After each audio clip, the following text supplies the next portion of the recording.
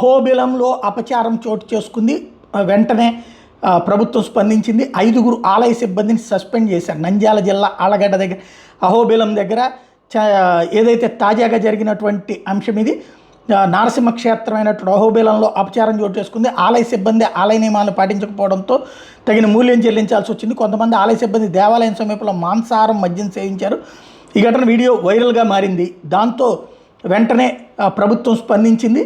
నవనారసింహ క్షేత్రంలో ఒకటైనటువంటి అహోబిలం నరసింహస్వామి దేవాలయం కర్నూలు జిల్లా ఆళ్లగడ్డ నుండి సుమారు 25 కిలోమీటర్ల దూరం ఉంటుంది. నారాయణుడు ఉగ్ర నరసింహ అవతారం దాల్చి హిరణ్యకశిపుని చీల్చి చెండాడిన క్షేత్రం ఇదేనన్నది స్థల పురాణం చెప్తుంది.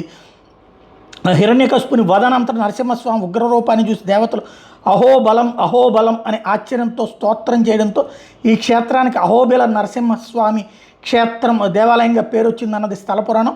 అటువంటి పుణ్యక్షేత్రంలో ఆలయ సిబ్బంది అపచారాలకు పాల్పడ్డారు. మద్యం సేవించడం, మాంసం సేవించడం లాంటివి చేసినటువంటి నేపథ్యంలో ఈ విషయం వీడియో తీసినటువంటి కొంతమంది అది వైరల్ చేయడంతో అది కాస్త అందరి దృష్టికి వెళ్ళింది. ఇది ప్రభుత్వం దృష్టికి కూడా వెళ్ళడంతో యాక్షన్ తీసుకున్నారు.